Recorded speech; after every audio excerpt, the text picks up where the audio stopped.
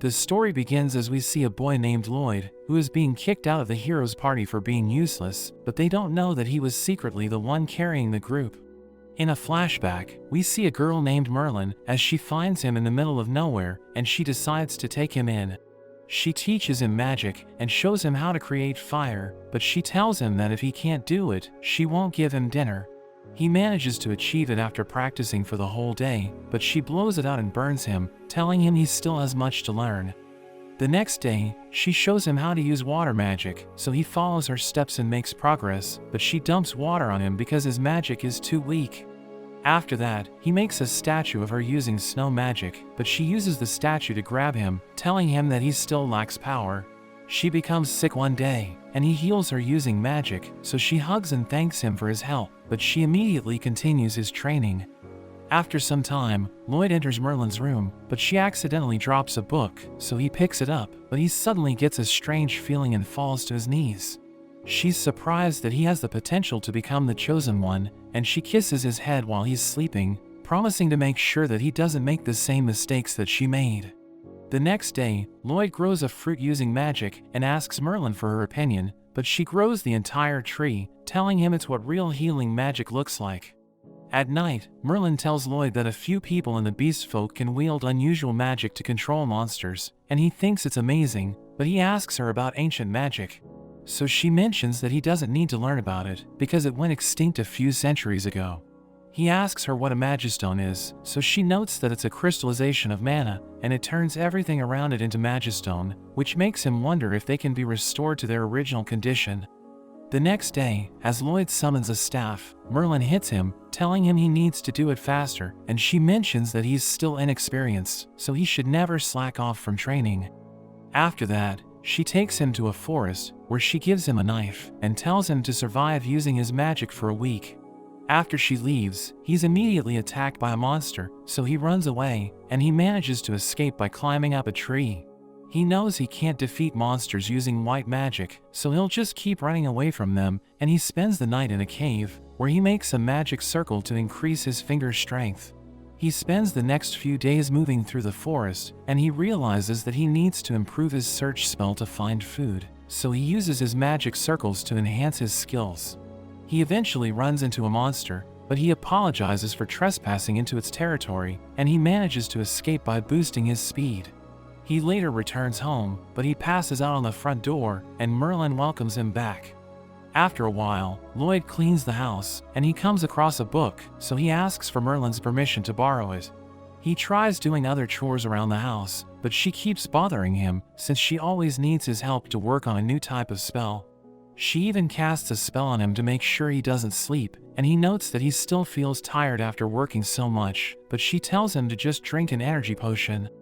Merlin heads to Lloyd's room to wake him up, but he's nowhere to be found, and we see that he's gone to the city he was reading about. As he walks around, he's surprised by the number of people there. He buys something to eat with the last money he has, but a poster suddenly comes flying towards him, and it mentions that a party is looking for adventurers, so he decides to join it. Lloyd goes on his first mission with his new party, and their mission is to defeat a cyclops that attacks them by causing the ceiling to collapse. Their leader Alan tells their healer to cast a healing spell, and Lloyd casts one as well, but nobody notices it. Their archer manages to blind the monster, and their mage summons ropes to restrain it, while Alan lands the finishing blow. After that, as the party rides through the city, everyone's impressed they were able to defeat the cyclops. Alan gives a tiny part of the reward to Lloyd, telling him he shouldn't get offended by how little money he's getting, because he's just a D-rank adventurer. Alan proposes a toast, but Lloyd decides to leave, because he doesn't like to drink, which annoys the other members. At night, a man named William goes to meet Merlin, telling her that Lloyd was accepted by the heroes' party, and she thinks it's time for him to experience real combat. But she thinks he won't have any problems if he doesn't get overconfident, and William wonders if she still regrets her past decisions, so she mentions that she won't repeat the same mistakes twice. He reminds her of how the demon lord tried to steal her grimoire, while also taking down all of her party members. But one of them, named Sybil, sacrificed himself to defeat him, and used ancient magic to revive everyone eliminated by the demon lord. In the city, a man is promoting a play about Alan's party, and he mentions how Alan is one of the 4 heroes who have been chosen by the Holy Swords, which are the nation's sacred treasures. We see Alan's party fighting a monster, and their tank Rena manages to block its attack, but she's surprised by how weak it is. The mage uses her bind spell to restrain the monster, while Alan jumps in the air and delivers the finishing blow. At night, Rena is reading a book about defense basics when Alan interrupts her, and she explains that she's studying because there's something off about the attacks she blocks with her shield. She mentions how she hasn't seen him training for a while, so he notes that he doesn't need to do anything because he's already OP. The next day, Alan learns that a golem has attacked the border guards, and since that area is also a route for black market smugglers, they need to make sure the soldiers there are safe. Lloyd leads the party to the golems, and Alan slashes one of them in half, but a mysterious person summons another one. Lloyd mentions that the person is a demon, explaining that the black gem in his staff is a magistone, and everyone realizes that he's using it to control the golems. Lloyd casts a spell on his comrades, and tells their archer to shoot the person, while another member teleports the staff into Lloyd's hand. He immediately seals it, but Alan is annoyed because Lloyd is giving everyone orders, and he prepares to attack the golem. Lloyd warns him that without the magistone, there's no telling what the golem might do, but Alan rushes towards it. Lloyd sees that he's about to get hit, so he pushes him out of the way, but Alan tells Lloyd not to interfere. The golem loses its power, and Alan jumps in the air, crushing it with his sword, but when they return from the mission, Alan fires Lloyd for being useless and tells him to get lost because he isn't strong enough to be in their party. Lloyd tries to join different parties, but they all reject him, and he prepares to leave the guild's building. But he hears a girl named Yui who's begging the receptionist to help her find a white mage, so she tells Yui about Lloyd. She asks him if he has a party, so he reveals that he's free, and she tells him to come with her. We go back to when Yui and her party are looking at a gang they're supposed to take out, and we learn that it's an A-rank mission, but they still think they can complete it. Their mage Silica begins the attack by shooting a fireball at the enemy, while their archer named Cross rains down arrows on them. Yui cuts down the bandits with her sword, and one of them is about to hit her, but their tank Dagas blocks the attack with his shield. He starts to get overpowered, so their white mage Clum casts a physical enhancement spell on him, which allows him to push away the bandit. They manage to defeat everyone, and the bandit leader wonders why they're so powerful, but Yui tells him to surrender. He sees her necklace and realizes that they're S-ranked adventurers, but he refuses to give up so easily. He summons a golem, and Yui tries to cut it down, but her attack has no effect, so she tells Clum to use enhancement magic. She appears to lose focus, so Yui calls her again, and she casts the spell on her, allowing her to cut the golem in half. Clum apologizes for spacing out, but Yui knows that she has a lot going on, and she wonders how Clum's sister Sylvie is doing. After that, Yui goes looking for a white mage, and she finds Lloyd, so she takes him to the rest of the party. They're surprised to see that she found a free white mage, and she introduces him to everyone as she welcomes him to the party, but he notes that he hasn't agreed to join them. They know that she dragged him there without explaining anything, so they think they should call off the quest, but she's worried about what will happen to their client if they don't help. Lloyd suggests giving the quest to another party, but they mention that it's an A-ranked quest, which means only A-ranked parties or above can accept it. But all of them are already out on a job except for them, and he's surprised to learn that they're S-rankers. Cross notes that they also can't borrow members from other parties, because they're required to work with the ones they've formed a contract with, and they don't think Lloyd can replace Clum. He starts to doubt himself, as he recalls how Alan told him he's useless, but Yui mentions that everything will be fine since he's an incredible white mage. They go outside, and Yui tells Lloyd to show them his powers, but he thinks he'll just disappoint them. Dagas thinks she's putting him on the spot by asking him to display his skills, and he notes that they should give him a specific spell to perform, so Yui tells him to cast enhancement magic on all of them. He's surprised that it's the only requirement for joining their party, but Cross thinks it's too difficult because most white mages can't use it. So they tell him to give up if he can't do it, instead of getting Yui's hopes up, but he decides to show them his power. He summons his staff, which surprises them because they don't understand where it came from, and he casts the spell on them without incantation. They're impressed by his skills, and they decide to test his enhancement magic, so Yui slashes a tree, and they're shocked by how easily she cut it in half. He notes that he casts 5 spells on them, because casting one seemed too simple to him, and he thought they were expecting more from him. He thinks they're disappointed in him, so he decides to leave, but they tell him they want to talk to him.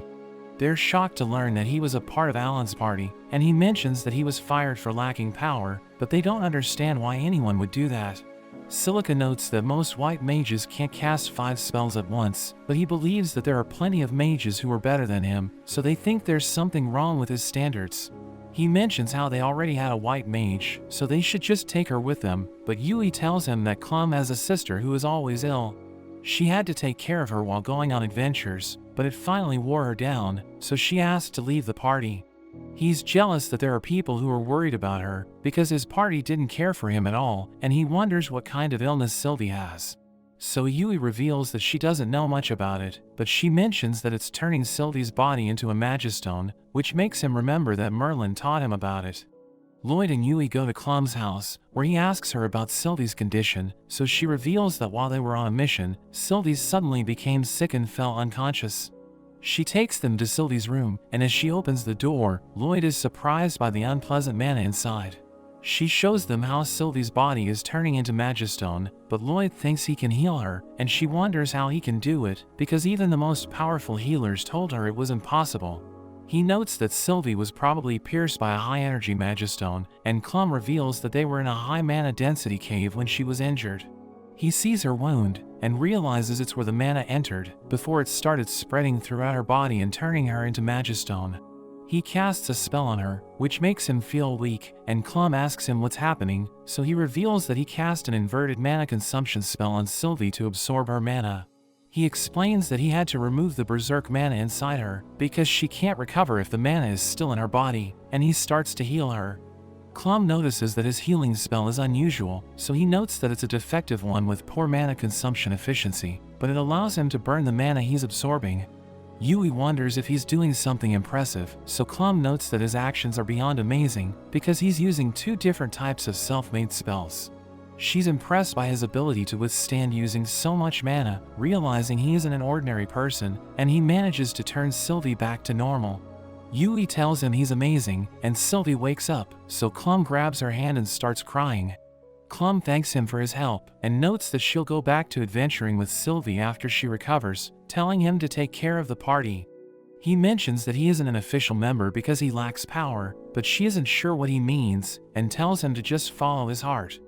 After that, as everyone is having dinner, they're amazed to learn that Lloyd healed Sylvie, which makes them happy for Clum. Yui thanks him for saving Sylvie, which makes him remember how Alan's party treated him, and he realizes that her party is different.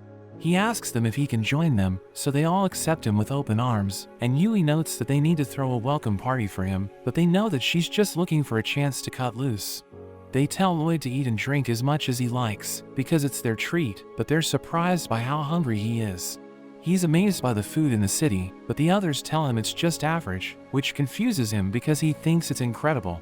They wonder what he ate during his childhood, so he mentions that his master only cooked what was growing in the garden, or the meat from the beasts she defeated. So he started cooking their meals, but he could never get much flavor out of them. They ask him if his master is also a white mage, but he thinks she's more combat-oriented, because there were plenty of explosions whenever she experimented with magic. So they're surprised that she taught him support magic, even though she isn't a white mage. Silica wishes she had the chance to learn from her as well, and Lloyd advises her against it, which makes them think she must be quite harsh, but he mentions that she could be kind as well. They're about to start their strategy meeting, but they decide to explain the job to Lloyd first, so that he can understand what they're talking about. Yui mentions that she's bad at explaining things, so she asks Dagas to do it, but he tells her to get her act together, since she's their leader. He notes that their job is to defeat monsters that are tearing apart farms, and Lloyd is confused, because he's never heard about monsters from different species forming a pack. Dagas admits that it sounds weird, but Yui explains that it doesn't matter, because their job is to help people who are in trouble. Cross notes that he and Yui aren't good at fighting against a pack, so it will be Silica's time to shine, but she thinks she'll also struggle, because large area attacks consume a lot of mana. Yui wonders if Lloyd can cast offensive magic, and he mentions that even though he can do it, he isn't as powerful as a specialized mage. Dagas notes that he and Yui will gather the monsters in one place, where Silica can wipe them out, while Cross will protect them from the monsters, and Lloyd notes that he'll use his spells to support them. Silica is excited to see him in action, but he tells her she shouldn't get her hopes up, but Yui thinks he should be more confident. He thinks he's weak since he was cast out of Alan's party for lacking power, but Cross prefers people like him, instead of those who are arrogant just because they're strong. After that, as everyone goes towards the inn, Lloyd mentions that he can't afford to stay there, so Dagas gives him a bag of coins, telling him he'll deduct it from his reward for the quest. Lloyd promises to work hard to repay him, and he thinks about how everyone in the party is so kind, so he wants to be useful to them. The next day, Dagas praises Yui since she didn't oversleep, but she tells him to stop treating her like a kid. She wonders where everyone's bags are, so they note that Lloyd is carrying them using his storage magic, and they're glad they don't need to carry them all the way. He offers to teach it to them, telling them it isn't that difficult, but they need to train to increase their storage capacity, and Silica mentions that she wants to learn it. They start their journey, and as they approach the nation of demons, Dagas tells Lloyd that even though the demons are quiet at the moment, there's no telling when they'll try to conquer the continent again. They come across an unstable bridge, so Yui asks a question to distract them from how scary it is, and they all start giving weird answers. She tells Lloyd to crack a dumb joke as well, but he apologizes because he doesn't know what she means, telling them it isn't a skill he learned from his master. Cross tells him that he just needs to say something silly, but seeing how hard he's trying, Yui mentions that it defeats the purpose of why they're doing it. She notes that they came up with the game to keep their minds at ease during long journeys, because staying on the edge wears them down. She asks another question, and Lloyd tries to give a silly answer, but even though he still can't do it right, they tell him he's starting to get it. They arrive at their camp point, where Lloyd takes out their bags, and they set up camp. Yui and Silica want to wash up in the river, but Dagas tells them they need to gather firewood and food, so Lloyd offers to do it for them. As he's walking through the forest, he finds the fruit he ate when he was a kid, and he goes to pick it up, but he sees that Yui and Silica are being attacked by a monster. He hits it with his flames to draw its attention, and he gives Yui and Silica their weapons, before buffing them with his spells. The monster is about to attack him, but Yui cuts it in half, while Silica destroys it with her fireball, but she doesn't understand how she was able to produce so much firepower. Yui thanks him for his help, but as she gives her sword back to him, her towel accidentally falls off, which makes her embarrassed. After that, they return to the camp, where Lloyd shows them how to use storage magic, but they can't do it, so he thinks he's a bad teacher. But they tell him not to be so hard on himself, because they're all beginners, and Silica manages to use the magic with incantation. So they realize that they need to do the same thing she did, because they aren't as talented as Lloyd. At night, Lloyd wonders if something is wrong with Yui, and she just thanks him for joining their party. He wonders why she's obsessed with the quest, so she reveals that her village was attacked by monsters when she was a kid, and she was the only survivor. So she couldn't stay back when she heard of the quest, and she knows that small villages struggle to survive if their farms are destroyed, but Lloyd suddenly senses monsters nearby. So he tells her to wake everyone up, and they realize that the monsters are the ones mentioned in the quest. They try to get away without making a noise, but Yui steps on a stick, which gives away their position. They're surrounded by 3 spiders, who shoot webs at them, and they manage to take away Silica's staff. Lloyd holds the spiders in place, while Yui attacks them, and Cross takes back the staff. Lloyd tells them to help Yui, so Silica summons fireballs, while Cross fires his arrows, which pass through them and burn the monsters. Lloyd apologizes for ordering them around, but they're just happy that he helped them, telling him he's a good leader. The next day, all of them use storage magic to carry their bags, and they continue their journey, but Lloyd wonders where the monsters that attacked them were headed. At night, Yui sees that Lloyd plans to do a solo watch once again, and Silica thinks they should keep normal shifts, because he might get worn out, but he assures them that he's fine. Yui tries to convince him to rest, but Silica stops her, and asks him to tell them if it becomes too much for him to handle. As they continue their journey, Lloyd uses his search magic to make sure there are no monsters around them, and Yui is surprised that he can even use such magic.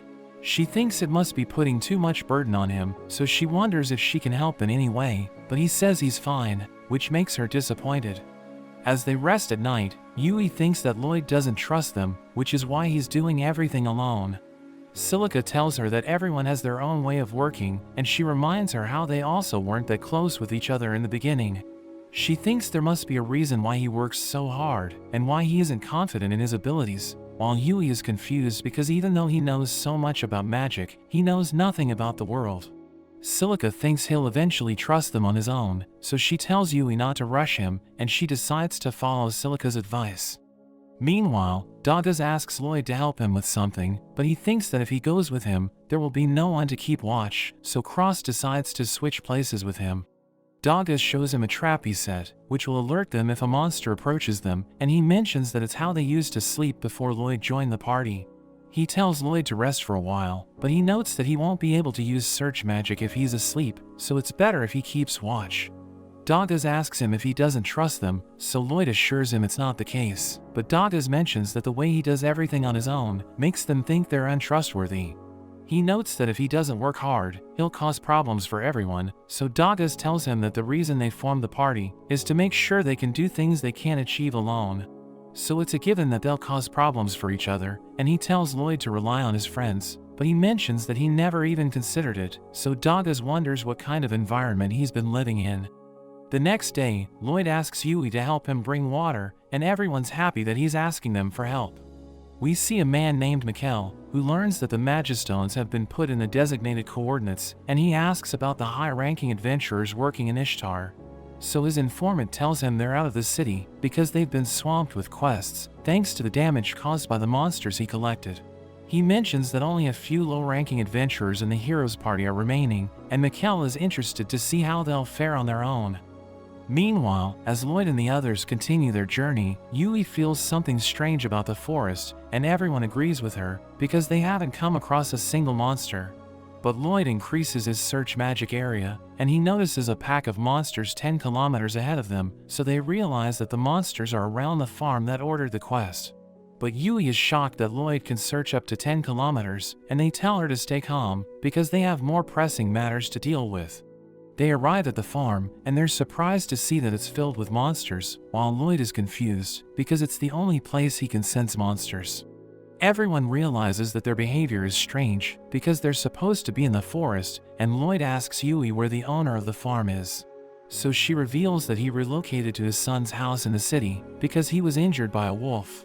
Cross notices something strange in the farm, but the others can't see anything, because their eyes aren't as sharp, so Lloyd uses his magic to enhance their vision, and they realize it's a magistone. Lloyd sees the mana of the beast folk around it, and he tells them that a few beast folk have the ability to control monsters with their unusual spells. He suddenly senses a horde of monsters approaching, and he thinks it's because of the magistone, so Cross suggests running away. But Yui knows that if they don't do something, the monsters will destroy the farm, and Dagas isn't sure if they can escape. Silica notes that if they fight the monsters near the town, the residents will be affected, but Lloyd tells them he has a plan. He tells Cross to shoot the magistone, and he thinks it won't break even if he hits it, but as he fires the arrow, Lloyd casts enhancement magic on him and his arrow. He hits the magistone, shattering it into pieces, and he's surprised that Lloyd can cast magic on a person and a weapon at the same time, but he thinks anyone can do it. The wolves suddenly start attacking each other, and Lloyd thinks the group of monsters rushing towards them would stop as well, but he realizes that they're still approaching. As the monsters arrive, Silica creates a firestorm, and everyone's surprised by how strong the flames are, but they know it's because of Lloyd. The fire spreads to the forest, and the smoke blocks the vision of the flying monsters, so Lloyd uses his magic to reveal their position to Cross, who shoots them down with his arrows. After that, Lloyd tells Silica it's time for the last phase of their plan, but she's almost out of magic power, so he gives her a portion of his mana. She uses her magic to make it rain, and the water extinguishes the fire, as Lloyd notes that it should prevent wildfires. She's exhausted since her mana has run out, and Lloyd is also tired, so Yui and Dagas take care of the rest of the monsters. After that, Lloyd tells everyone they should hurry back to the town, because he thinks the person behind everything is really after Ishtar. He thinks the only reason they were given the quest was to make sure that all the high-ranking adventurers were away from the city, so that it can be easily taken over. Cross mentions that the heroes' party is still in the city, and the knights are there as well, so it won't be easy to invade it. Dagas thinks Lloyd's hunch is correct, so Yui mentions that they should return to the city quickly, just to make sure everything is okay. Lloyd drinks a potion and casts a spell on everyone to increase their speed before running off. Yui tells him to wait for them, and they run after him, but they're surprised by how fast they're moving. Meanwhile, Mikkel meets a man named Grist, who reports that their forces are about to enter Ishtar. Mikkel thinks they'll succeed because of a girl he kidnapped named Claire, and he notes that she's an interesting individual, saying they can use her to achieve their goals. Grist has no idea what he's talking about, but he trusts in Mikkel's ability because he's known as the Demon Lord's right-hand man. After Grist leaves, Mikkel visits Claire in the dungeon and borrows her powers to make potions. Lloyd and the others decide to rest for a while, and as he gives them potions to drink, Silica wonders if he's okay, because maintaining enhancement magic uses up a lot of mana. He thinks it's difficult for someone who isn't used to it, but he notes that he isn't having a hard time, because he already has the hang of it. He tells them how his master once threw him in the woods, and told him to find his way home, but he couldn't defeat the monsters, so he had to rely on his enhancement spells to survive. He thinks it's a common training exercise, but they tell him it isn't normal at all, and he gets the wrong idea, thinking they're so much better than him since he isn't training as hard as they are. Lloyd uses his search magic to scan the surrounding area, and they continue their journey, but he suddenly stops running, so they all bump into him. He notes that he senses something weird, so he tells them to go without him while he checks on it. But they refuse to let him go alone, because there's no telling what he'll find, and they know that he can't fight alone if something happens. He decides to accept their help, and he takes them to a hut, telling them there are demons inside it. He notes that demons aren't allowed to enter the continent's 3 major nations, but they wonder why he's acting like he just remembered it, so he tells them it's because he doesn't have any memories from his childhood. He mentions that when his master took him in, the war was already over, which makes them wonder if he's a war orphan. He tells them they need to deal with the situation, and Cross thinks they should report it to the knights in Ishtar, but Lloyd wants to gather information first. He senses the same mana from the magistone, so he thinks they might be the ones after Ishtar, and he suggests taking a risk to go after them. Yui agrees with his decision, because they can't let the demons roam free, and everyone's surprised that she's finally acting like a leader. They look inside the house, but they see that it's empty, so Lloyd uses his search magic, and he realizes that the demons are underground. Silica uses earth magic to break into their hideout, and Yui threatens to kill one of them, asking him what they're doing there. Another demon throws the debris towards her, but she easily destroys it, and Cross eliminates the demon by hitting him with an arrow. One of the demons manages to get away, and the other 2 try to stop the party, but Cross hits them with his arrows, while Yui finishes them off. The last demon makes a cocoon around Claire, and tries to run away with her, but Lloyd and the others catch up to him, and he realizes that he can't escape. So he tries to attack them with his lightning, but Lloyd deflects it, and it pierces the demon's heart. They take Claire back to the house, and since they didn't get anything out of the demons, they know that she's the only one who can tell them what's going on. Lloyd starts to heal her, and Silica realizes that his healing magic is amazing, so he mentions that he has improved the spell. They're surprised because most adventurers can't do that, but he mentions how Merlin was always improving her spells, and notes that she's a weirdo. Meanwhile, 2 soldiers come across a magistone, but as one of them touches it, they suddenly get surrounded by monsters, so they start running away. In the house, Claire finally wakes up, and Yui immediately starts asking her questions. Lloyd tells her they're adventurers, but they sensed beast folk mana near a magistone while they were on a mission, and she reveals that she was the one controlling the monsters. She reveals that the demons forced her to do it, which confirms that they're the ones after Ishtar, and Dagas notes that if they invade the city, it will be easier for them to conquer the continent. They decide to return to Ishtar, and Lloyd apologizes to Claire for making her run, but she notes that she would have been in greater trouble if he had left her behind. He senses a horde of monsters and an army approaching the city, so he tells the others to warn everyone, while he goes with Claire and asks her to lend her powers to him. In the city, Alan is annoyed since all the white mages applying for their party are worse than Lloyd, so Rena notes that he might have been special, but Alan still thinks he was useless. A knight suddenly arrives, telling them that a huge army of monsters is about to attack Ishtar, and Alan agrees to help defend the city. The other party members ask him if he's sure, so he notes that he can't refuse a request from the kingdom, and he thinks it's the perfect chance for him to show the citizens what he's capable of.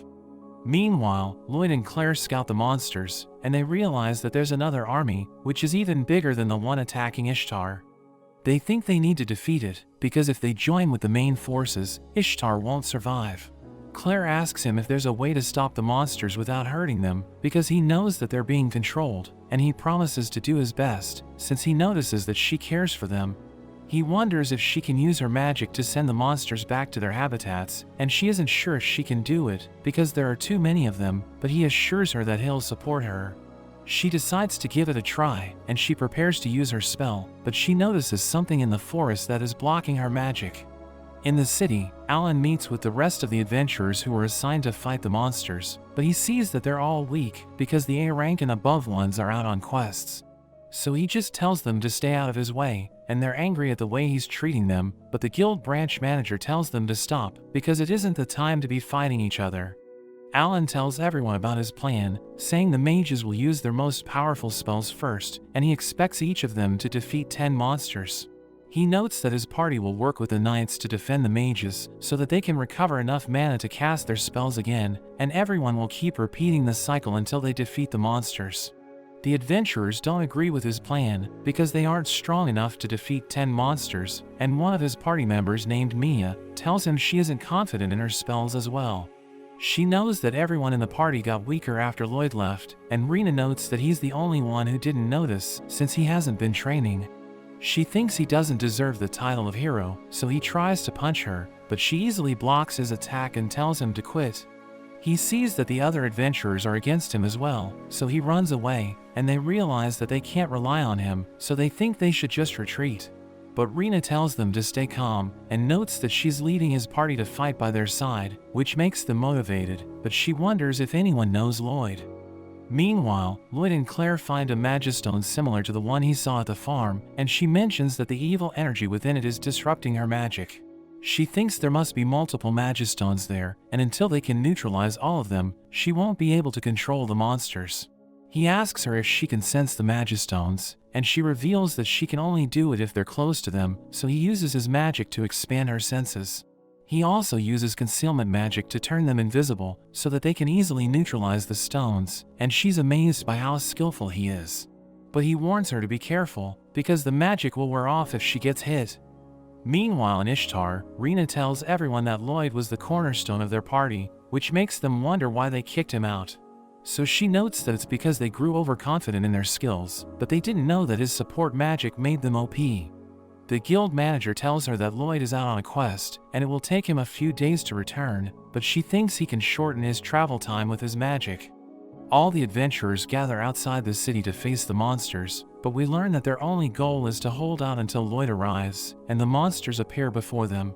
So the archers fire arrows at them, while the tanks push them back with their shields, and the mages use their spells to attack the monsters.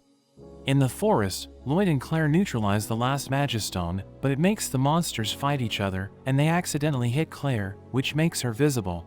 So Lloyd distracts them before they can attack her, and he only dodges them instead of killing them, as she realizes that he's doing it because of her. She uses her magic to calm them down, and he wonders what she just did, so she notes that she persuaded them to go to the forest. She reveals that her magic can't control monsters, because it only allows her to convey her thoughts to them, and she thanks him for saving her. Meanwhile, the monsters start breaking through the adventurers protecting Ishtar, but Yui and the others arrive, and Silica immediately blows them away with her fire magic. They try to hold the line, and they're about to get overwhelmed, so Rena tells everyone not to give up, but a monster bites her arm. The adventurers are on their last legs, and they think it's all over for them, but Claire suddenly arrives with Lloyd, and she persuades the monsters to go back by singing a song. Lloyd is amazed by her powers, and she notes that she couldn't have projected her song across the battlefield without his help. But he tells her that even though he supported her, it was her magic that saved everyone. She tells him her real name, and he knows that she hid it for a reason, but he doesn't have time to ask her about it, because a group of golems is approaching the city. We see Mikkel looking at his map, and he thinks Ishtar has already fallen to the monsters, but a man suddenly appears, and he notes that they've received a report from the front line. Mikkel thinks Ishtar has been captured, but the man reveals that the monsters have scattered, and Mikkel can't believe his plan isn't going well. We return to Lloyd, as Claire reveals that she can't talk to the golems, and he uses his search spell to scan the area, realizing that the adventurers are gathered outside the wall. So he tells Claire to run, as he uses his enhancement magic to increase their speed, and they dash past the golems to reach the adventurers. They jump past the trenches, and the knights think he's amazing, wondering if he used enhancement magic. He joins up with the others, and Dagas tells him the monsters are retreating, so he explains that it's all thanks to Claire, but he notes that they still need to deal with the golems. He suddenly falls to his knees, so everyone realizes he's running out of mana, but he notes that he'll be fine, reminding them that the battle isn't over yet. The guild manager wonders why he's with Claire, but Lloyd tells him to look after her, so he orders his knights to protect her. He's glad that Lloyd is back, calling him their only hope, and he's confused hearing this, so Rena explains that Alan didn't join the battle because he clashed with the other adventurers.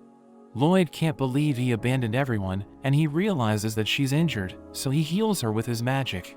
But she knows that he's almost at his limit, because he used a lot of mana to heal her. She notes that they became the hero's party thanks to his support magic, but they never realized how useful he was until they expelled him, and she apologizes for not standing up for him. The golems approach the trenches, and the knights rush in, but they realize that their swords can't harm the golems, and they get punched away. The mages and archers try to take down the golems, but their attacks have no effect, and Yui realizes they're losing the battle, so Lloyd decides to cast enhancement magic on everyone. He notes that he can only buff one group at a time, but his friends still think he's amazing, because normal mages can't do that. He buffs everyone, but he explains that the effects won't last long, so they need to end the fight quickly. The golems approach the knights, but Yui notes that they can win thanks to Lloyd's enhancement magic, and Rena blocks a golem's attack, telling everyone not to be afraid. Yui slices a golem in half, and tells them they can win with Lloyd's magic, so they get fired up, and start attacking the golems with everything they have. Cross teaches the archers how to work with the mages, so that they can use fire arrows to take down the golems, while Dagas protects Silica as she uses her destructive spells. Lloyd watches the battle from a tower, hoping they'll win the fight, and Yui realizes that there's one golem left. A warrior charges in, but his sword shatters, and the golem knocks him down, while Yui realizes that Lloyd's spell has worn off. So the knights run away as the golem approaches the gate, but Yui blocks its path, and it prepares to attack her. So Rena pushes her to safety, while Dagas uses his shield to block the attack, but he still gets knocked down. Lloyd uses the last of his mana to buff Yui, and she tells the tanks to support her, as she rushes towards the golem. So they block its attack, and she slices its core in half, causing it to crumble. Everyone realizes that the battle is over, so they celebrate their victory, but Lloyd is just glad that it's finally over, and he collapses from exhaustion. But we see William watching him from a distance, and he realizes that Lloyd is doing better with his new party.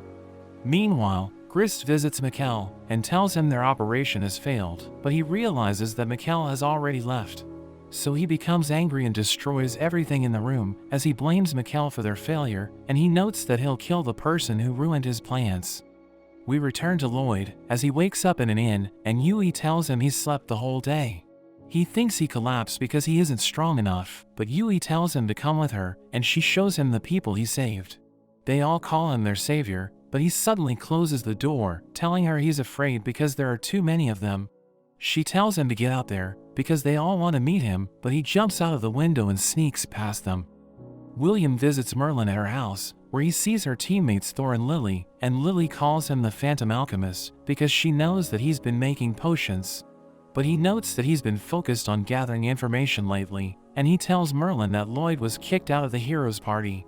But he tells her not to worry, because he's now a member of an S-rank team, and William mentions that he hasn't talked to him, but he knows that Lloyd isn't confident in his abilities. William explains that he doesn't understand how capable he is, and Merlin knows that she's the reason why he lacks confidence, but she explains that she doesn't want him to repeat her mistakes. We return to Lloyd, as he wonders why everyone in the town is chasing him, so his friends tell him that they want to thank him for saving the city. He thinks he didn't do much during the fight, but his friends tell him to have more confidence in himself, and he decides to show himself to everyone. Everyone cheers for him, but he thinks they should be cheering for the knights and adventurers instead, because they were the ones who fought the monsters. But they explain that he was the one who buffed them, and everyone starts calling him the hero of Ishtar. After that, Alan learns about what happened, and his party members tell him they're no longer heroes, because they didn't defend the town. So he tells his friends they need to leave Ishtar, explaining that he doesn't want to stay there because the people recognize Lloyd as a hero. We return to William as he starts drinking with Merlin's party, and he notes that it's an honor to drink with them, but they know that he went there to commemorate Sybil. Dor asks him if their enemies are making moves, so he notes that the demons are using orc magic to control monsters, revealing that their goal is to conquer Ishtar. He wonders why they're acting at this moment, and thinks the Demon King must have returned, but Merlin believes that he's already dead, because Sybil sacrificed his life to defeat him. Dor tells her to stay calm, because it's just a possibility, and they decide to do whatever it takes to protect the future that Sybil created for them. Lloyd's party is summoned by the Lord, and they meet a noble named Abel, who recognizes them as the adventurers who saved Ishtar. He invites them into his mansion, where they meet Claire, so they ask her if she was also summoned. But Abel explains that she's his guest, and reveals that he's the ruler of the domain, which surprises everyone, because they didn't expect the Lord to be so young. But he reveals that he's older than he looks, and explains that it takes effort to maintain his appearance, promising to teach them his secret in the future. Everyone's surprised to learn that Claire is the second princess of the Foraz Empire, which is a peaceful nation where orcs reside, and Abel notes that her magic is unique, so they can't let the demons capture her. He tells them he has a mission for them, and notes that the Empire will retrieve her, so he needs them to take her to the royal capital. They realize it's an important mission, but they think it's the knight's duty to escort the princess, so Abel explains that he wants them to do it instead, because the knights would attract attention. They prepare to leave for the capital, and Claire tells everyone to be casual with her, but Cross and Dagas can't do it, because they know that she's a princess. But Yui removes her gloves to shake her hand, telling her she's looking forward to working with her, and everyone promises to do their best to protect her. After 10 days, Lloyd mentions that there's a nearby town where they can rest, and Yui tells Claire that it's famous for its hot spring, but she reveals that she's never used one before. Cross thinks Yui isn't taking their job seriously, but Dagas believes that she's just being considerate, and Lloyd asks him what he means. Cross explains that they're on an escort mission, but she doesn't want to wear Claire down, so she's giving her time to relax. After that, they reach the hot spring, and the girls start taking a bath, as Yui realizes that they're the only customers around. She tells Claire to join them, but she explains that she's shy, because she's used to bathing alone. Silica understands that she's nervous since it's her first time, so Yui tells her not to be afraid. We see the boys washing each other's backs, while Lloyd thinks about how they could run into demons, who might try to recapture Claire on their way to the capital. He starts scrubbing harder, as he considers the possibility that they would use an elite force to take Claire, so he thinks the party should be ready when they attack. After that, Lloyd tells everyone he wants to stay in the town for a couple of days, and Silica thinks it's a good idea to prepare before they continue their journey. Yui asks everyone what they think, so Dagas mentions that he needs to buy new gear, while Silica notes that she wants to learn new spells, so they decide to spend time in the town. We see Dagas looking around the weapons shops, and Yui asks him what he's up to, so he reveals that he wants to get a new shield. But he can't find a good replacement for his old shield, and notes that he already searched the weapons shops in the town, but Claire mentions that she found a hidden store in the alley. He decides to visit it, and he realizes that there's nobody there, but he wonders why it's filled with good equipment. The shop owner sees him, and asks him if he's there to cause trouble, so he explains that he's just looking at the weapons. He realizes that the shields are amazing, so he wonders why the store isn't booming, but a group of adventurers suddenly arrives, and they realize that he's there to buy weapons.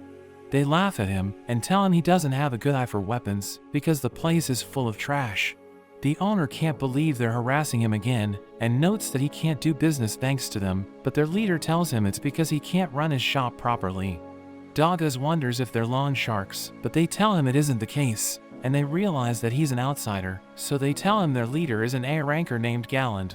He thinks Dagas is nothing compared to him, but he wonders why Galland is wasting his time on the store, so he explains that it's because the owner is stubborn.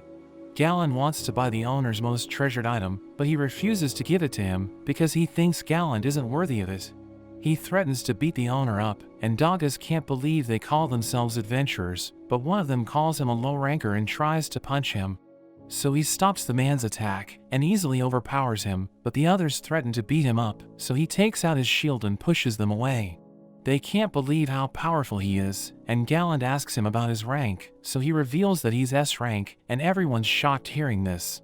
The owner wonders why he didn't say anything, so he explains that he doesn't like to boast about his rank because it makes people look lame. The adventurers run away, and he thinks they're all worthless, but the owner mentions that he has a request for him. We see Lloyd trying to improve his support magic, and he tells Yui that he's also thinking about learning new spells, so she asks him if he wants to try offensive magic. He explains that he can learn them, but notes that his talent is nothing compared to Silica's, since she's on another level. We see Silica in a forest, as she recalls that they would have lost in the last battle if it weren't for Lloyd, so she thinks she needs to get stronger. She takes out her staff, and tries to use superior fire magic, but she loses control of her mana. She notes that she's been training for several days, and she's still struggling to use the spell, but she refuses to give up and decides to keep trying. Yui mentions that Silica is a genius, and she's been praised for her talents ever since she was little, so Claire realizes that she's always been amazing. But Yui notes that her talent isn't what makes her amazing, and she recalls the moment she watched her train, as she notes that Silica doesn't give up no matter how many times she fails. Silica keeps screwing up, but she still keeps going, and she finally manages to create a pillar of fire, so she starts to celebrate. But she suddenly loses her balance, and her spell breaks, creating a massive explosion. She realizes that she messed up because she's clumsy, and she thinks about calling it a day, but she hears something approaching, wondering if it's a monster. But she realizes that it's just Dada's, and he's surprised to see her there. We go back to when the shopkeeper showed him the legendary shield Aegis, and he reveals that it was forged with the toughest materials in the world. He notes that it can withstand all forms of attacks without breaking, and Dagas can see why it's legendary, but the owner tells him that most adventurers can't wield it since it's too heavy. Dagas wonders if that's the reason why he didn't sell it to Galen's group, but he notes that they had even bigger issues than that, and he doesn't know how they learned about the shield. He thinks about giving Dagas the shield, but notes that he has a condition, and he tells Dagas to deal with what's causing the explosions in the forest. He explains that it's making everyone panic, because they think the monsters or demons are behind it, and he promises to give Dagas the shield after he completes the quest. Back in the present, Silica can't believe that everyone thought she was a monster, but Dagas tells her she can't blame them, and she realizes that her spell made the spring vanish. Dagas explains what happened to the shop owner, and Silica apologizes for her actions, explaining that she used her magic to repair the spring she destroyed. The owner tells them it's okay, because nobody got hurt, and he tells Dagas he can have the shield, revealing that he always wanted to give it to him because of his strength and sincerity.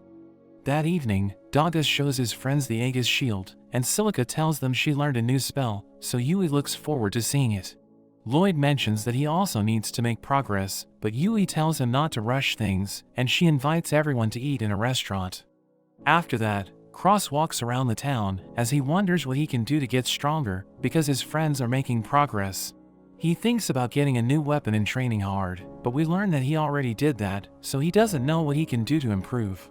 A boy named Lin suddenly bumps into him, and he realizes that Cross is also an adventurer, so he begs him to form a party with him. They head to the town's Adventurers Guild, where Lin thanks Cross for agreeing to his request, but we learn that he couldn't turn him down since he felt sorry for him. He realizes that Lin is also an archer, and wonders why he doesn't have a regular party, because their class isn't suited for fighting alone. Cross hears adventurers talking about Lin, calling him the perpetual E-ranker, and they wonder why Cross agreed to partner with him, because he's a liability. He admits that he's stuck at E-rank, and he isn't a skilled archer, but Cross tells him not to worry, and lies that he's also stuck at a low rank.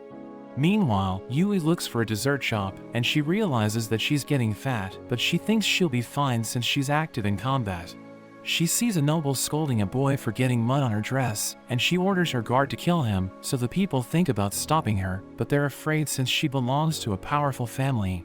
Her guard prepares to attack the boy, but Yui stops him, and the noble calls her a fool, wondering if Yui knows who she is.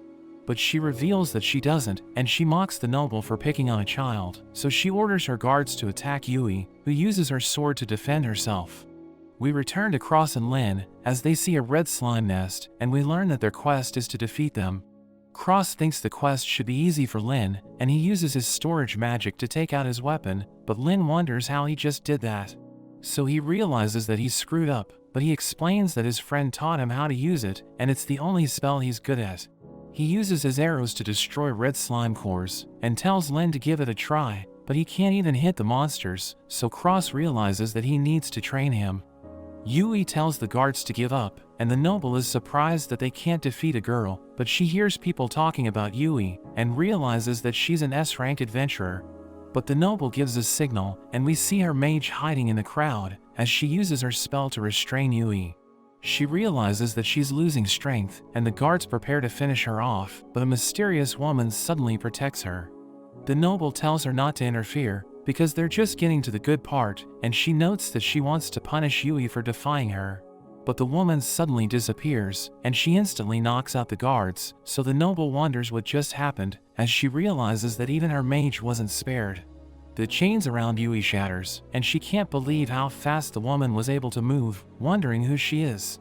The noble wonders how her guards were defeated, but the woman asks her if she wants to end up like them, so she freaks out and falls silent. After that, Yui thanks the woman for saving her, and she wonders how she can be as capable as her, so the woman tells her not to rush things, because she's already strong for her age. But she tells the woman about Lloyd, explaining that she wants to catch up to him, because she has been relying on him. The woman realizes that she's Lloyd's companion, so she decides to help her train, and as she removes her hood, we see that she's actually Lily. We cut to Lloyd, as he studies his support spells, but his friends notice that he looks stressed, so they tell him to go outside and clear his head. But he tells them he's fine, and he explains that he doesn't have time to enjoy himself, but Claire offers to show him around the town. Claire takes Lloyd to a place where he can relax, and she reveals that Yui told her about it, telling him she's glad that she can help him after everything he did for her. He asks her if the spell she uses to talk to monsters is ancient magic, so she tells him he's right, and notes that she inherited it. He's surprised that it actually exists, and wonders if he can learn it, but she tells him it's impossible, because ancient magic only appears once every few centuries, when a capable user is born. She explains that when people try to use it without inheriting it, they will suffer divine punishment, and she tells him about a person who died trying to use ancient magic. She tells him not to dabble in it, because it's considered taboo, so he promises not to dig into it. Cross teaches Lin how to use his bow, and gives him advice on how to improve his accuracy, so he manages to hit a slime.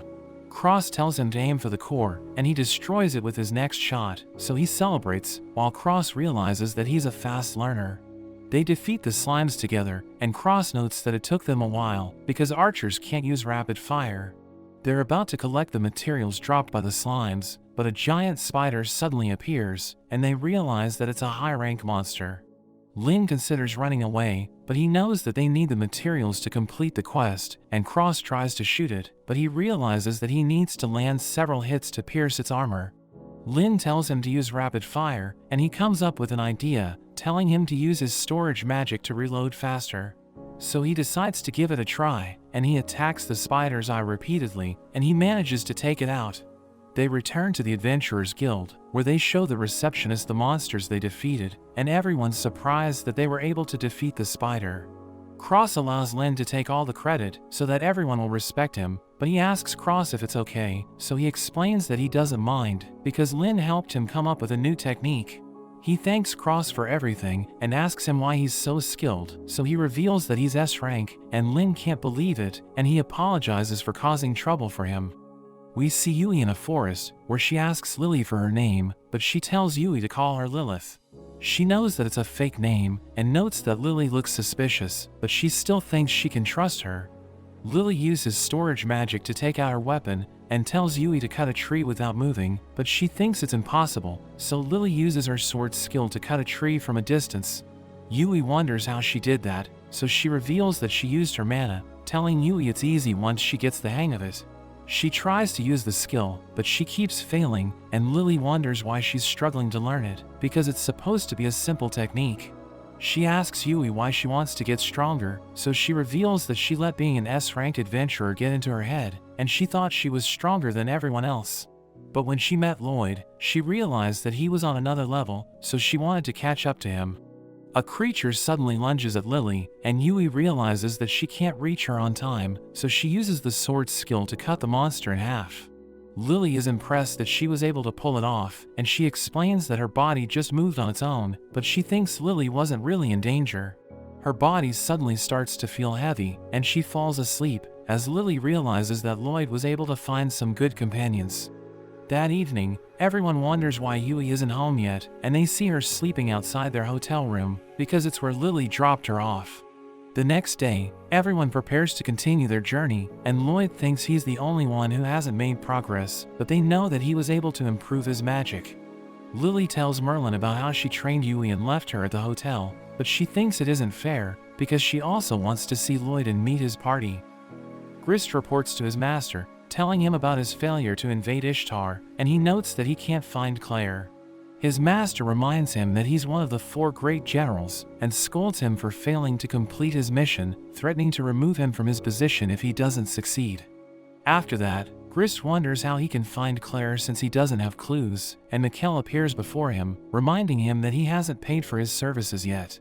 Mikkel notes that Claire is on her way to the capital, but S-rank adventurers are guarding her, and he offers to help Grist capture her.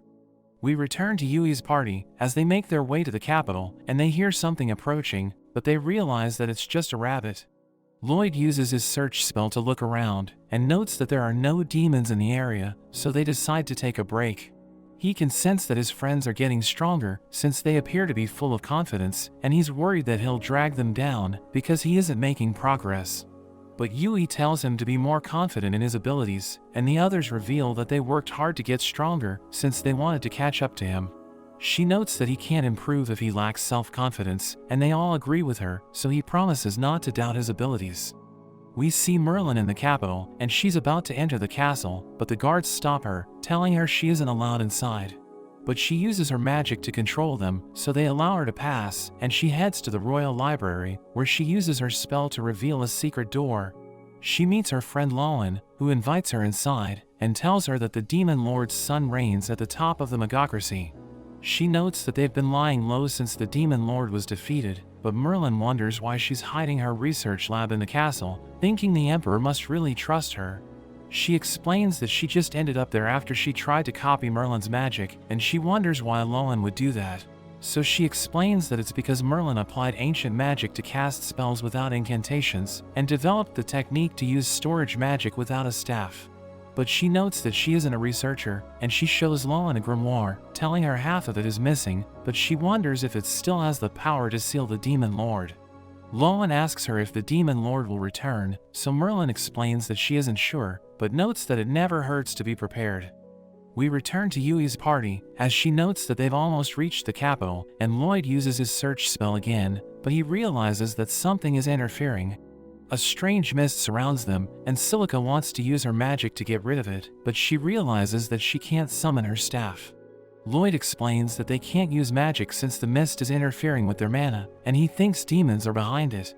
But he's worried that monsters will attack them if they stay in the forest, so he suggests heading to a nearby town called Schwarz.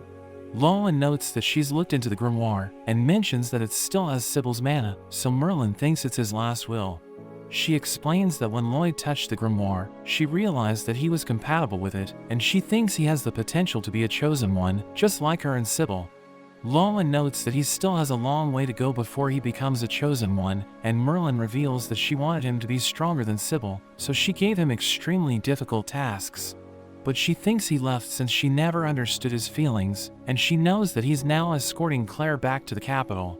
Lowen wonders if she wants to meet him, so she admits that she misses him, since they've never been separated for such a long time. Lloyd enhances Silica's mana, which allows her to summon her staff, and she uses her magic to blow the mist away. They realize that they're already in the city, but they see Grist with his men, and he mentions that everything's going according to his plan. Claire recognizes him as the man who kidnapped her, and he notes that they still need her, so they need to take her back. Lloyd buffs his friends, and they prepare for battle, as the demons take out their staffs. Yui attacks them with her sword skill, while Silica blasts them with her fireball, and Cross shoots them down with his rapid-fire technique. But he realizes that Grist is immune to his arrows, and he charges at Claire, but Dagas protects her with his shield. Yui attacks Grist from behind, but her sword stops before it hits him, and Lloyd realizes that he's wearing mana armor.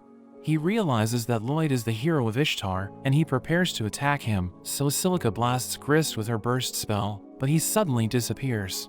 Lloyd and his friends realize that he's behind them, and they get surrounded by demons, but ice suddenly appears from the ground, and it freezes Grist and his men. A beast folk notes that he won't let them have Claire, and we see Mikkel watching from a distance as he thinks about increasing the mist. But William appears behind him, telling him he's there to get rid of the mist, and he prepares to take him on. Mikkel attacks with a wind spell, but William gets behind him and tells him he can see through his tricks. Mikkel notices that he used a potion to counter his spell, and he admits that he's an alchemist, so Mikkel wonders if he's the one everyone's talking about. The beast folk approaches Lloyd and his friends, and Claire recognizes him as her childhood friend Therian, who's known as the Ice Crystal Hero. He mentions that he doesn't trust them and calls them a bunch of nobodies, but Claire tells him to be nice, and Yui notes that the Ice Crystal Hero is said to have a bad attitude.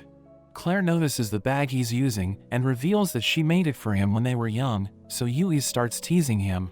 But Grist suddenly breaks free, so Therian tries to freeze him again, but it doesn't work, and Grist is impressed that he can use magic without freezing. He realizes that Therian isn't an ordinary beast folk, and he admits that he's resistant to ice magic, but notes that there's no reason to explain his powers to Grist, since he's about to meet his end. Therian tries to crush him with his ice, but Grist manages to survive, so the girls think about joining the fight, but Therian tells them he doesn't need their help. He shouts as he fights Grist, and starts trash-talking him, while the others realize that he really has a bad attitude. Grist dodges the attacks, and he charges up his fist, while Lloyd realizes that he's using compressed mana, so he tells everyone to take cover. But Therian refuses to listen to him, and he clashes with Grist head-on, creating a massive explosion. William watches the fight, and notes that he underestimated Grist, but he realizes that Mikkel ran away. Lloyd survives the explosion, and he's glad that his friends are okay, but he realizes that Grist has taken Claire, and he flies away with his ship. Therian uses his ice to get to her, and he tries to save her, but his ice shatters before he can reach her, and Lloyd tells him to stay calm. He mentions that he has a plan, but Therian refuses to work with him, so Lloyd's friends tell him to stop acting recklessly, reminding him that he couldn't reach the ship alone. Lloyd mentions that they need his power, and Therian agrees to work with him, but tells him not to get in the way. Meanwhile, Mikkel reveals that the ship is a mobile lab, and Grist wonders why he didn't use it earlier, so he explains that it's just a prototype that only managed to fly recently. Grist is worried that it might crash, so Mikkel assures him that everything will be okay, since he created a reliable power source. He shows Grist a fragment of the Demon King's body, revealing that it still contains magical power, and he notes that he has analyzed its life source, so he can now use it to create infinite energy. He mentions that he's also experimenting on several monsters, and he's excited to control them, thinking he can make a fortune if his experiment succeeds. The alarm suddenly rings, and they realize that Therian and the others are catching up to them, so Mikkel wonders how that's even possible. We learn that Therian is creating ice platforms, while Lloyd uses reverse gravity magic to stop them from falling, and the party boards the ship, so Grist rushes to deal with them. They prepare to take him on, and Lloyd uses his support magic to buff his friends, while Grist charges at them, but Therian dodges his attack and counters. But Grist mentions that they'll never break his shield, and Lloyd casts a spell on him, while Therian activates his magic. Silica surrounds him with her acid fog, but it has no effect, and everyone attacks him with everything they have, but he still manages to overpower them. He tells them they're no match for him, and he tries to attack Therian, but Dagas gets in the way, so Grist prepares to strike again, but his hand suddenly freezes and shatters. He wonders what just happened, so Therian explains that he used his cold energy to freeze Grist's arm, and Lloyd reveals that the spell he used blocks pain perception. He knows that Grist's mana armor only works on attacks he can see, and he wonders how Lloyd found out its weakness. So he reveals that he saw how Grist's armor blocked Therian's attacks, but his hair was frozen because of the cold energy. He realizes that their attacks were meant to distract him, while Therian froze his arm, and they tell him he's no match for their teamwork. He runs back to the lab, where he tells Mikkel to release the monsters, but he explains that they aren't ready yet, since he has only started researching ancient magic. But Therian arrives with the others, and he tells Grist to give Claire back, so he sets the monsters free, but a giant snake restrains Grist, who screams for help, and Mikkel realizes that the monsters have gone berserk, but he thinks it's the perfect time to test their reactions. He uses his device to create a strange sound, which causes the monsters to calm down, so Therian rushes to Claire's side and sets her free. Grist is angry since she's about to get away, but Mikkel notes that the experiment isn't over yet, and he controls the monsters to make them fight Lloyd's party. But Claire uses her ancient magic and sings a song, which makes the monsters calm down, and Mikkel finds their reactions interesting, so he thinks about recording them. But the ship suddenly starts shaking, so Mikkel wonders what happened, and everyone starts to panic. Grist accidentally touches the power source, which causes him to lose consciousness, and Mikkel realizes that Claire's ancient magic made the Demon King's fragment go berserk. He's worried that it might explode, so he removes it as a power source, but the ship starts to crash, and Yui braces herself. But she realizes that they aren't affected by the ship's movements, since Lloyd used gravity magic, and Grist suddenly starts acting weird, telling Mikkel to give him the life source. He thinks the Demon King might be looking for a vessel, so he throws the fragment at Grist, who suddenly gets consumed by darkness. The darkness absorbs the monsters, and they merge with Grist's body, while Mikkel is excited to see what kind of creature will appear. A hideous monster appears, and Lloyd recognizes it as a chimera, telling everyone it's a creature with multiple lives in a single body. Mikkel thinks it looks amazing, but it suddenly cuts him down, and Lloyd and his friends prepare to take it on. We cut to Merlin, as she sees William in the castle, and Lowen wonders how he got in, since she knows that he can't use magic, so he reveals that he used his potion to put the guards to sleep. Merlin knows that he wants to discuss something urgent, since he broke into the castle just to look for her, so she asks Lowen to let them use her room. Lloyd uses his support magic to buff Dagas, who blocks the Chimera's attack, but he notes that he can't hold out much longer, and they realize that the ship is falling. The Chimera blocks the exit, and Therian prepares to fight it, but Claire stops him, since she doesn't want him to hurt the monsters. Yui and Cross attack the Chimera, but it uses its wind and flames to protect itself, and the ship is about to hit the ground, but they're still stuck in the lab, and Lloyd is worried that they won't make it out alive. Silica tries to blast it with her wind magic, but the Chimera easily counters it, so they wonder what they should do. Lloyd gets an idea, and he tells everyone to stand on one side, as he cancels out his gravity magic, which causes the ship to become unbalanced. The Chimera slides out of the way, so everyone takes the chance to escape, but it chases after them and charges up an attack, so they all end up jumping off the ship. Therian creates a platform using his ice, and Silica gets Lloyd to buff her magic, allowing her to slow down their fall to land at the last moment. Lloyd praises her for saving them, but she thanks him instead. He thinks he didn't do much, since all he did was cast his enhancement magic, but everyone thinks it's funny that he always thinks like that. Therian thinks about how he's always fought alone, and that being in a group was for the weak, but after watching Lloyd and the others, he starts to change his opinion. The ship comes crashing down, causing a huge explosion, and Claire feels bad for the monster, but it suddenly emerges from the flames, and it seems even stronger than before, so Lloyd tells everyone to get into the forest. We see Merlin and William suddenly appearing, and she uses her search magic to find Lloyd. Everyone wonders how the Chimera is so strong, and Lloyd remembers Mikkel mentioning that it resonated with Claire's ancient magic, awakening the Demon King's life source. The Chimera continues looking for them, and Yui wonders if it's after Claire, since Grist is a part of it and he was after her. Therian thinks they will need to kill it, but looking at Claire's reaction, Silica wonders if there's anything they can do to save the monsters. Lloyd suggests getting Claire to sing again, to channel her wish to save the monsters directly into their life sources. They wonder what he's talking about, but he thinks that if he amplifies Claire's power, it might be enough to return the monsters to normal. Claire agrees with his plan, and as they prepare to try it, Merlin suddenly tells them to stop.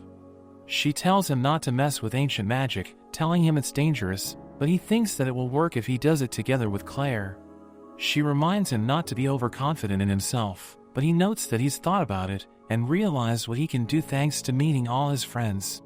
They all head to deal with the Chimera, and Merlin hopes that since Lloyd is only supporting Claire's magic, that the tragedy won't repeat itself. While Therian distracts the Chimera with his ice, Lloyd manages to jump onto it, and he gives Claire the signal, so she starts singing.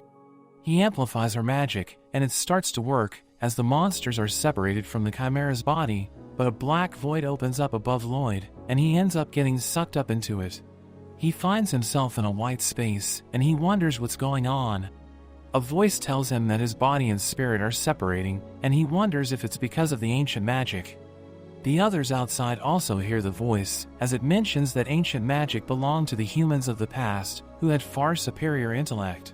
They were able to freely alter the magic in the world, and Merlin realizes that the voice belongs to Sybil. He notes that the ancient civilization eventually created magic that could affect life and death, and even the flow of existence itself, but such a power ended up plunging the world into chaos, leading to their own demise.